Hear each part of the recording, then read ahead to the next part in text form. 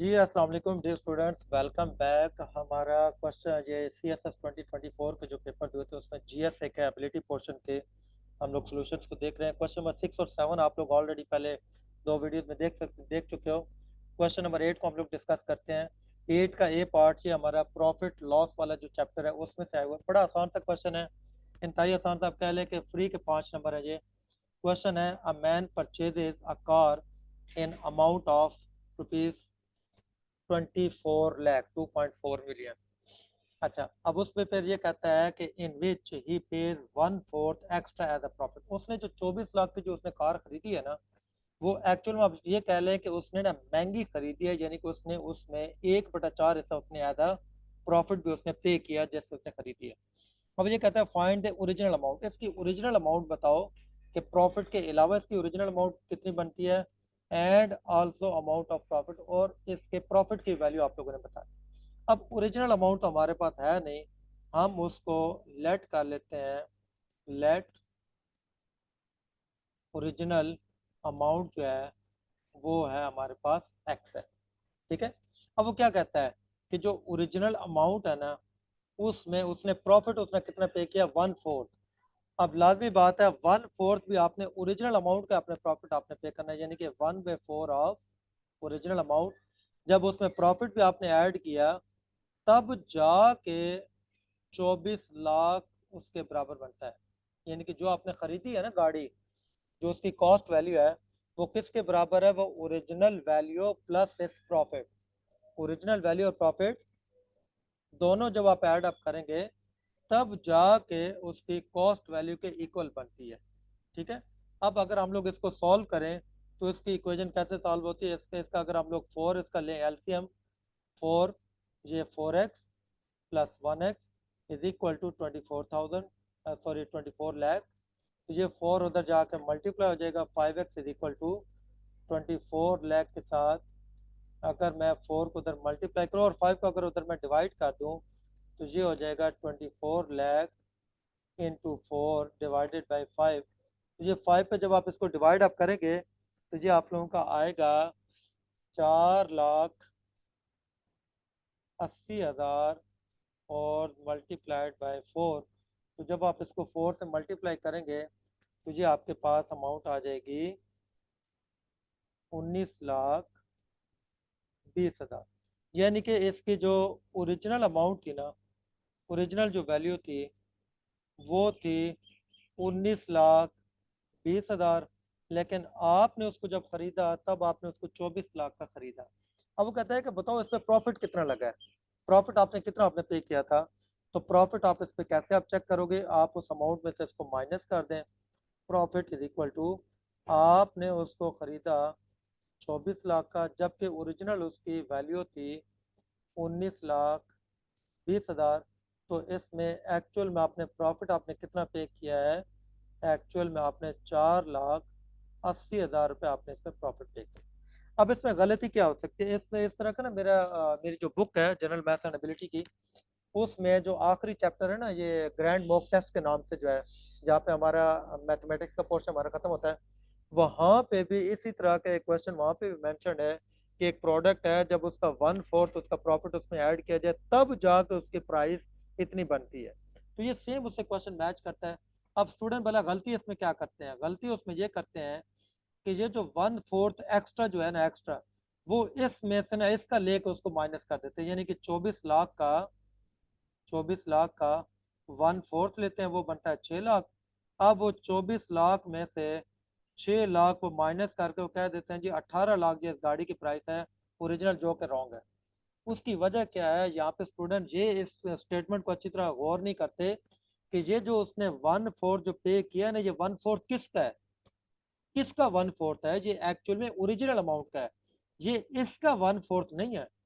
हमेशा mostly students percentage की equation जब बनाते हैं, प्रॉफिट ऑफ परसेंटेज की जब इक्वेशन जब बनाते हैं, मैं हमेशा अपनी क्लासेस के अंदर ये बच्चों को बताता हूँ कि भाई आप लोगों ने ये मेन पॉइंट देखना है कि ये 70%, ये 20%, ये 10%, 1/4, 2/3 ये किसका है, ये एक्चुअल में ओरिजिनल वैल्यू का है। तो ये ओरिजिनल वैल्यू में ओरिजिनल का जब मैंने 1/4 ऐड किया तब जाके वो गाड़ी 24 लाख की बनी है। ठीक है, समझ आ गई। तो ये बेटा मेन आप लोगों ने इक्वेशन बनाते हुए इन चीज़ों का जरा ध्यान रखना है। That is the wrong way, that is the right, जो आपको मैंने इक्वेशन समझाई। होप सो आपको इसकी समझ आ गई होगी। ठीक है, क्वेश्चन नंबर 8 के बी पार्ट की तरफ चलते हैं कि बी पार्ट हमारा कौन से पोर्शन में से आया हुआ था।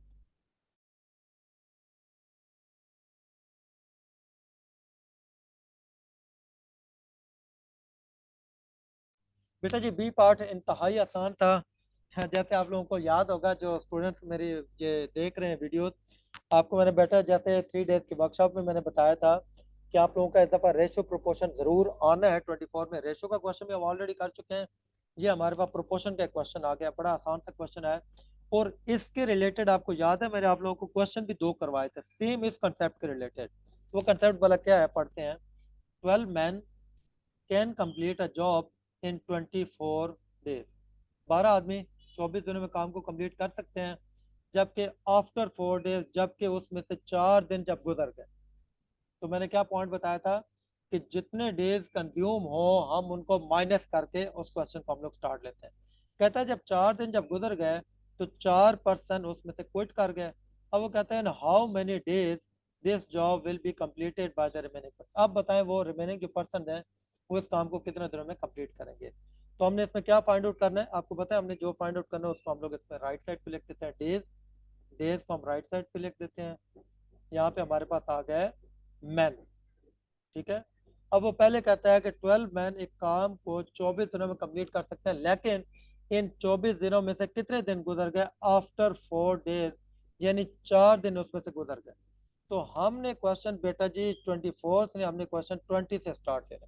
देखो ना, पहले उसने कैलकुलेशन की थी 24 के हिसाब से कि जी खाना 24 दिन चल सकता है, लेकिन जब 4 दिन जब गुजर गए 4 बंदे उसमें से निकल गए, 4 बंदे उसमें से छोड़ के चले गए। इसका मतलब अब उसको कैलकुलेशन फिर से करनी पड़ेगी। पहले उसने जो कैलकुलेशन की थी वो उसकी निगलेक्ट हो जाएगी, अब उसको दोबारा फिर से कैलकुलेशन करनी पड़ेगी। इसमें कई दफ़ा क्वेश्चन में इस तरह आता है कि आप जैसे क्वेश्चन, अगर आप सी एस 2017 का पेपर आप उठाओगे वहाँ पे आपको क्वेश्चन में मिलेगा कि 400 स्टूडेंट और ऐड हो गए। ठीक है, तो उसमें आप लोगों को इस तरह का क्वेश्चन आपको मिलेगा। अब इसमें चार बंदे ऐड और नहीं हुए, बल्कि 4 बंदे उसमें से लीव करके चले गए। तो अब हम लोग मैन पहले 12 थे तो अब इनको 8 लिख देंगे, और वही काम कितने दिनों में कंप्लीट हो जाएगा, एक्स। ठीक है बेटा, उम्मीद है आपको समझ आई होगी कि जितने दिन कंज्यूम होते हैं हम उनको माइनस कर देते हैं। यानी पहले 24 थे, उनमें से 4 डेज निकल गए, अब मैंने 20 डेज से क्वेश्चन को मैंने स्टार्ट ले लिया। आपको पता है डेज और मैन का रिलेशन क्या बनता है, इसके एरो को हम ऊपर रखते हैं हमेशा। ये आप मेरी क्लासेस आप देख लीजिएगा, यूट्यूब पे आप मेरा प्रोपोर्शन का चैप्टर देख लीजिएगा, उसमें आपको सारा कोई कंसेप्ट आपको क्लियर हो जाएगा कि ये एरोज हम लोग किस तरह लगाते हैं। ये एरो ऊपर लगाया, डेज और मैन, डेज आता है टाइम में, मैन आता है लेबर में। लेबर और टाइम हमेशा इनवर्स रिलेशन होता है, इसका एरो नीचे चला गया। ठीक है, यहाँ से एरो स्टार्ट हुआ, यहाँ पे इस वैल्यू को मैंने ऊपर रखा इज इक्वल टू, यहाँ से एरो स्टार्ट हुआ, इसको मैंने ऊपर रखा। बेटा इसका कंप्लीट कंसेप्ट समझने के लिए आपको यूट्यूब पे मेरी आपको प्रोपोर्शन की वीडियो देखनी पड़ेगी, वो आप देख लीजिएगा। इसके प्लेलिस्ट में जाएगा, वहाँ पे प्रोपोर्शन का चैप्टर पूरा पड़ा हुआ है। इसको बेटा सॉल्व करते हैं, 20 इधर आके मल्टीप्लाई हो गया इज इक्वल टू, उधर आ गया एक्स, ये 4 3 इधर, 4 2 इधर, और 2 1 इधर, 2 10 इधर। तो ये X is equal to 30 days. यानी कि जो 8 मैन है, 8 man will complete the job in 30 days. ठीक है, होप तो बेटा आपको इसका क्वेश्चन के समझ आ गई होगी। मेन पूरा कंसेप्ट समझने के लिए आप क्वेश्चन की वीडियो देख लीजिएगा। नेक्स्ट क्वेश्चन की तरफ चलते हैं। नेक्स्ट क्वेश्चन, क्वेश्चन 8 का सी पार्ट, वो किस कंसेप्ट में से है।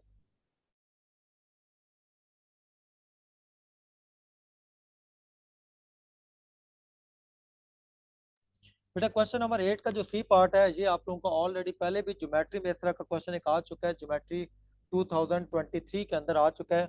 आप मेरी ज्योमेट्री वाली वीडियो देख लीजिएगा, वो जो वीडियो जो मैंने पेपर से तकरीबन कुछ हफ्ता डेढ़ पहले मैंने अपलोड की थी, वो जो वीडियो थी जिसका वो थंबनेल लगा हुआ था, complete video 2016 to 23 geometry.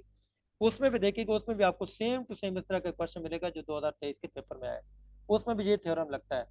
Question है, shadow of a 10 meter tall tree is falling on a high rise building and it's height is 100 meter, ये बिल्डिंग की हाइट बता रहा है, और ये 10 मीटर टॉल ट्री है। If the tree is 20 meter away from the wall, और वो जो ट्री है वो वॉल से 20 मीटर के फासले पे है, at what distance from the wall is the light source. अच्छा, अब ये देखें, एक्चुअल में उसने क्वेश्चन में ये बोला है, ये मैं आपको इसकी थोड़ा सा स्केच आपको मैं बना के देता हूँ। वो ये कहता है कि एक बिल्डिंग है जिसकी हाइट है 100 मीटर, ये बिल्डिंग यहाँ से यहाँ तक है, ठीक है। वो ये कहता है कि इसके सामने ना एक, ये मैं जरा थोड़ा सा इसको साइड पे रख करके बनाता हूँ, यहाँ से फिर सही डायग्राम आपको वाज़ेह नहीं होगी। मैं जरा थोड़ा सा इधर करके बनाता हूँ यहाँ पे, ताकि आपको डायग्राम क्लियर हो जाए। ये 100 मीटर की एक बिल्डिंग है, और वो ये कहता है कि shadow of 10 meter tall tree is falling on a high rise building. यहाँ पे एक ट्री है, ट्री को हम लोग कह लेते हैं ये 10 मीटर का एक ट्री है, ठीक है। यहाँ से लेकर यहाँ तक ये ट्री है, और इसका जो साया वो बिल्डिंग पे गिर रहा है। यहाँ पे ना एक स्पॉट लाइट लगी हुई है, ठीक है।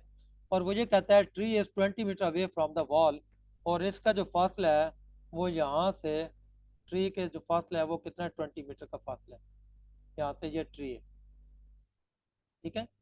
और इसका जो साया बन रहा है वो दीवार के ऊपर बन रहा है।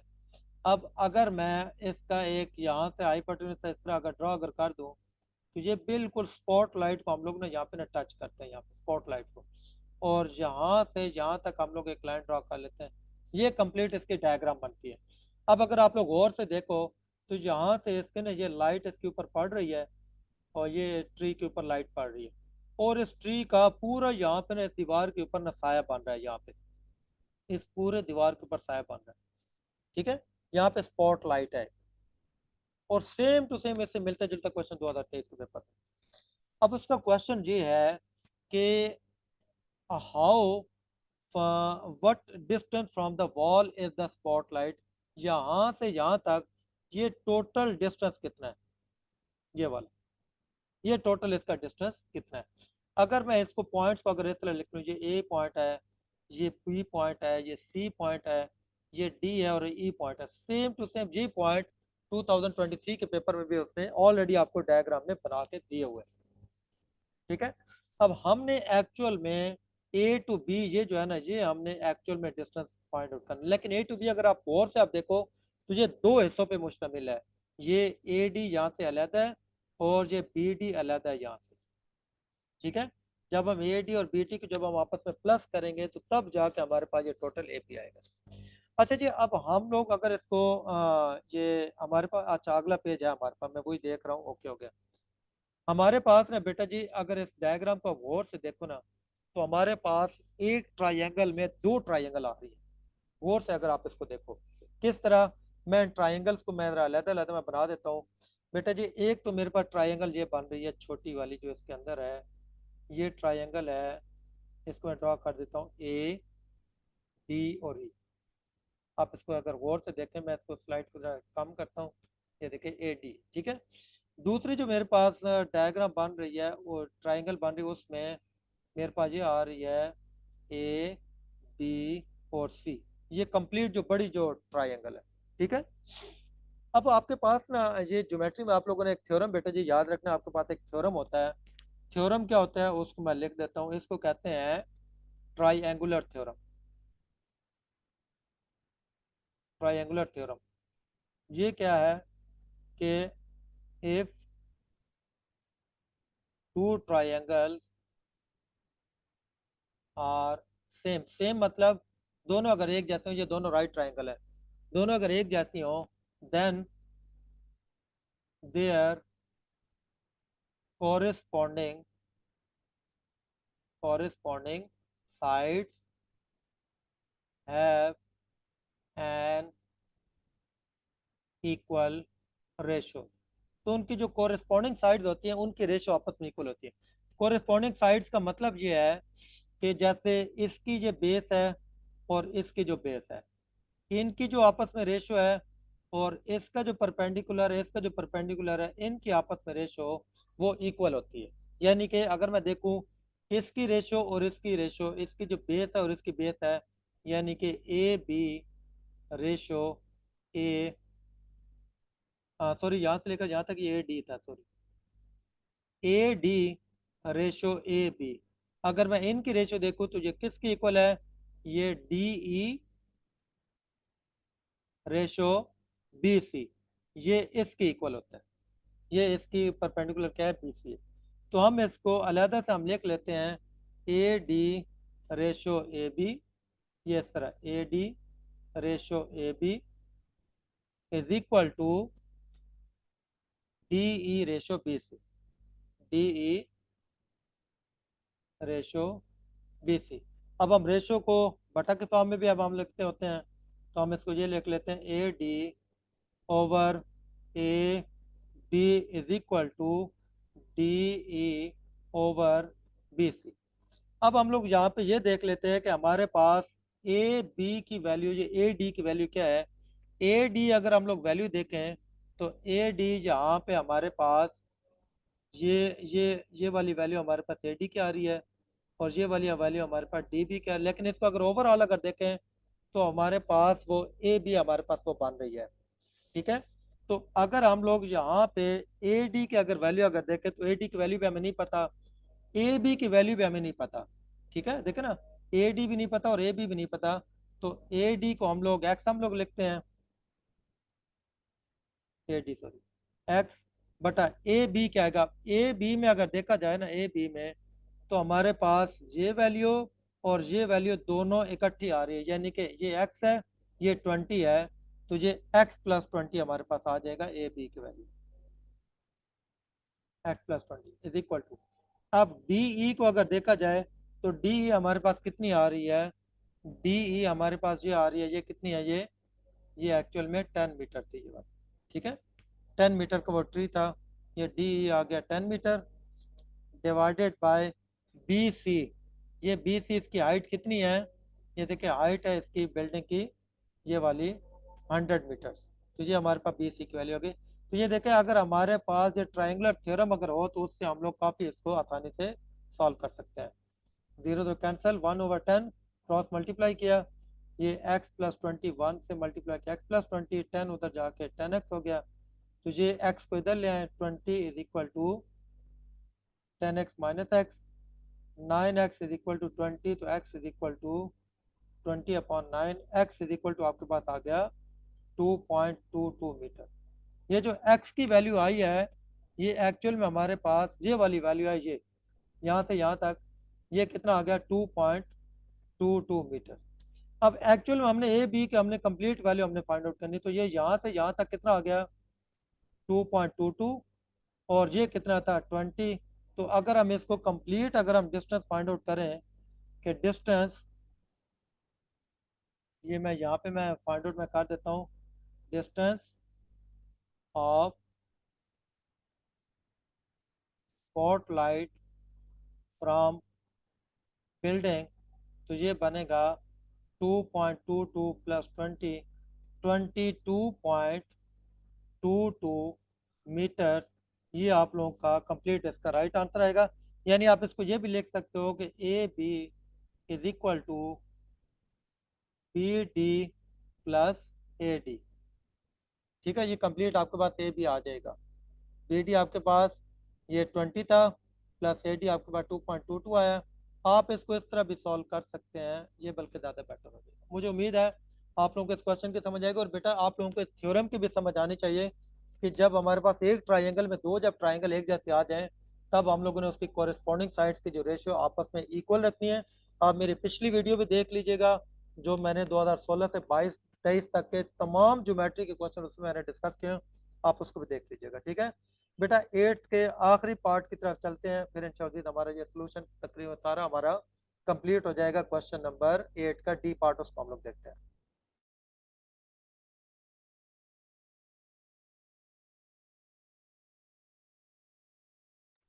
बेटा बड़ा इंटरेस्टिंग क्वेश्चन है, ये भी आप लोगों का टाइम डिस्टेंस डायरेक्शन प्रॉब्लम में से, ये भी सेम टू सेम उसी तरह का क्वेश्चन है, लेकिन इसमें ना एक टेक्निकल पॉइंट है वो देखिएगा क्या कहता है। There are 3 cars start moving in such a way that car A and car B are moving in opposite with speed 60 and 100 kilometre.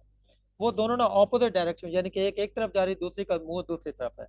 फिर कहता है car C is moving perpendicular to both with speed of 80। और जो car सी है वो इन दोनों पे perpendicularly वो ट्रैवल कर रही है और वो 80 किलोमीटर की स्पीड से ट्रैवल कर रही है। What is the distance after 15 minutes between A and B, A and C, B and C. ये बेटा बड़ा इंटरेस्टिंग क्वेश्चन है, इसको ड्रॉ करते हैं।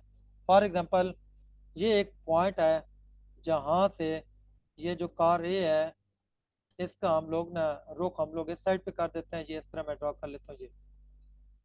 ये कार ए है और ये इस साइड पे जा रही है। अब जो कार बी है उसको मैं इस साइड पे मैं ड्रॉ में कर देता हूँ क्योंकि अपोजिट डायरेक्शन में है।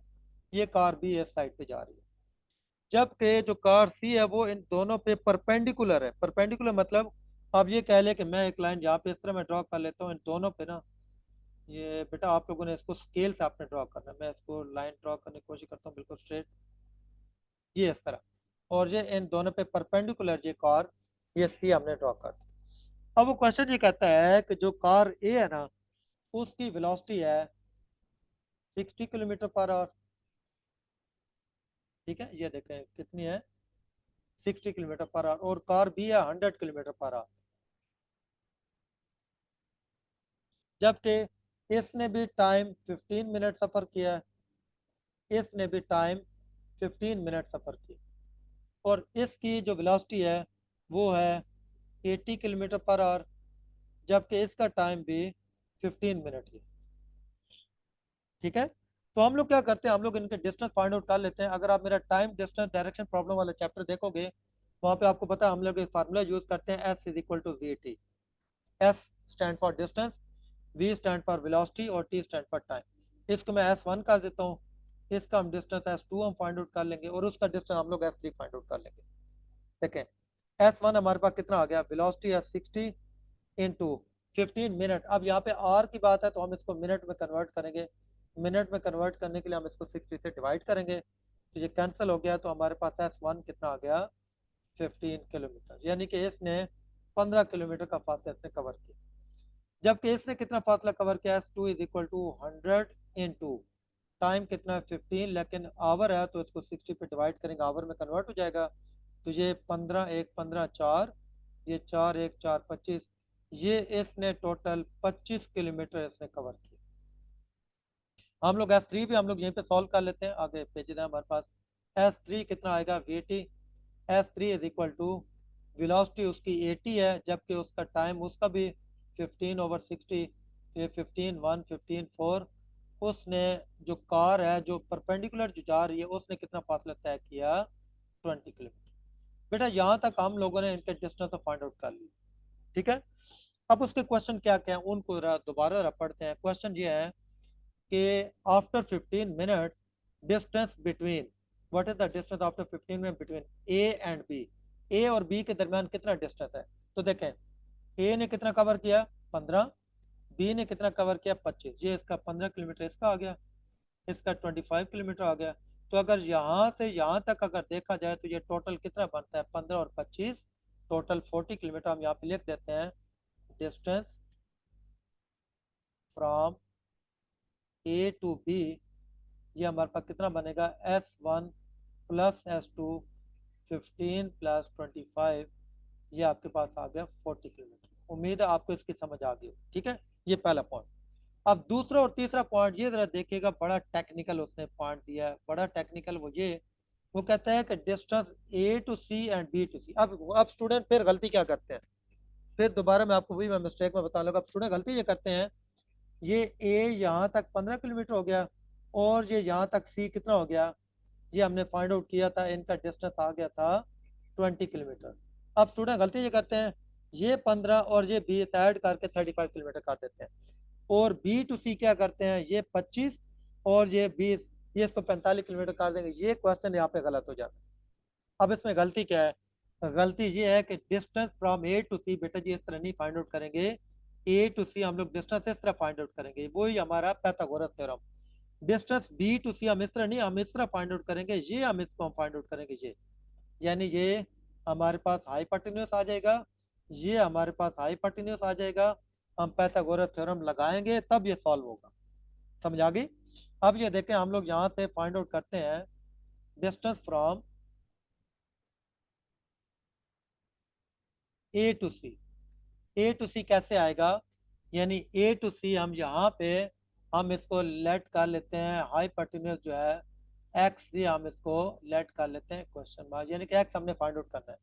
तो अब इसमें हाइपोटेन्यूज का square that is equal to base का स्क्वायर प्लस परपेंडिकुलर का स्क्वायर, हाइपोटेन्यूज हमने फाइंड आउट करना है, इज इक्वल टू बेस इसमें कितनी है, ये देखें ए टू सी अगर हम जाएं, इसमें बेस 15 है, परपेंडिकुलर इसमें कितना है, परपेंडिकुलर इसमें आपके पास आ रहा है 20। ये जो आपने यहाँ से यहाँ तक आपने ये फाइंड आउट किया था 20 किलोमीटर, ठीक है, सी का जो डिस्टेंस है। तो 15 और 20 इन दोनों को आप लोग रख लें, 15 का स्क्वायर प्लस 20 का स्क्वायर, ठीक है। तो ये आपके पास ये कितना आ जाएगा, 15 का स्क्वायर हमारे पास कितना आता है, ये आता है 225 प्लस ये 400, ये आ गया आपके पास 625, इसका भी अंडर, इसका भी अंडर रूट। ये जब हम लोग अंडर रूट इसका फाइंड आउट करेंगे तो ये हमारे पास आ जाएगा x is equal to 25। Under root कैसे फाइंड आउट करते हैं, ये भी आपको मेरी वीडियो मिल जाएगी, आप प्ले लिस्ट में जाइएगा, वहाँ पे IQ के क्वेश्चन, IQ वाले क्वेश्चन वाला फोल्डर जब ओपन करेंगे वहाँ पे आपको मिल जाएगा। तो A टू C हमारा डिस्टेंस कितना आ गया, 25 किलोमीटर। उम्मीद आपको इसकी समझ आई होगी 25 किलोमीटर कैसे हमने फाइंड आउट किया। अब दूसरा क्वेश्चन आ जाता है B to C, distance from B to C. अब बी टू सी भी इसी तरह हम लोग फाइंड आउट करेंगे, ये देखें बी टू सी एक्चुअली में हमारा ये वाला डिस्टेंस बन रहा है ये। अब बी टू सी में क्या करेंगे, एक हमारे पास ये है 25 किलोमीटर और दूसरा हमारे पास ये है कितना 20 किलोमीटर। अब हम इनको यूज करते हैं, हाइपोटेन्यूज हम इसमें फाइंड आउट कर लेते हैं, हाइपोटेन्यूज का square that is equal to base का स्क्वायर प्लस परपेंडिकुलर का स्क्वायर। अब इसमें हाइपोटेन्यूज का हम लोग y रख लेते हैं, y का square is equal to base इसमें 25 है जबकि परपेंडिकुलर इसमें 20 है। तो ये आपके पास ये आ गया y square is equal to ये 25 का स्क्वायर 625 प्लस ये आ गया 400, ये आपके पास आ गया y square is equal to 1025, 1025। 1025 इसका जब आप लोग अंडर रूट लेंगे तो ये आपके पास y की वैल्यू आएगी, जब आप इसको अंडर रूट सॉल्व करेंगे तो ये आएगा 32.01 किलोमीटर, ठीक है। तो इसका मतलब बी टू सी अगर आप देखें तो यहाँ से यहाँ तक का फासला ये आ रहा है आपके पास, मैं इसको थोड़ा सा इसको रेज करता हूँ ताकि आपको से क्लियर समझ आ जाए। ये S3 हमारा यहाँ पे आ गया था, S3 इज इक्वल टू ये हमारा था 20 किलोमीटर। तो हमारा एक्चुअल में ये जो फासला आ गया ये आया 32.01 किलोमीटर बी टू सी, ये वाला फासला, ठीक है। और ए टू सी हमारा फासला हमारा कितना आया, ये आ गया 25 किलोमीटर। तो बेटा जी मुझे उम्मीद है आप लोगों को इस क्वेश्चन की समझ आई होगी, बड़ा इंटरेस्टिंग क्वेश्चन था। तो ये आपको मैंने 24 के सारे सोल्यूशन आपको मैंने कंप्लीट मैंने करवा दिए हैं। एंड पे आप लोगों को एक जो अनाउंसमेंट आपको देनी थी वो ये कि हमारा इंशाल्लाह जो न्यू सेशन है, न्यू सेशन बेटा जी हमारा जनरल एबिलिटी का इंशाल्लाह स्टार्ट हो रहा है, new session from March 8, March 8 Friday से इंशाल्लाह दीजिए स्टार्ट हो रहा है, मार्च 8 2024, ठीक है। तो आप में से जो जो स्टूडेंट बेटा इंटरेस्टेड है एबिलिटी में मैक्सिमम 40 में से 40 मार्क्स लेने के लिए, वो बेटा जी मुझसे आप लोग कॉन्टेक्ट कर सकते हो, ये कॉन्टेक्ट नंबर है 03035725 ठीक है। ये हमारा एकेडमी का व्हाट्सअप नंबर है, आप इस पर कांटेक्ट कर सकते हो। क्लासेस हमारी ऑनलाइन भी है और ऑन कैंपस भी है, ठीक है। बाकी आप लोग इसकी डिटेल वगैरह आप इस नंबर पे ले सकते हैं। Wish you all the best for all your upcoming papers, खुश रहें। थैंक यू सो मच बेटा जी, दुआओं की जरूरत है। अस्सलाम वालेकुम, अल्लाह हाफिज़।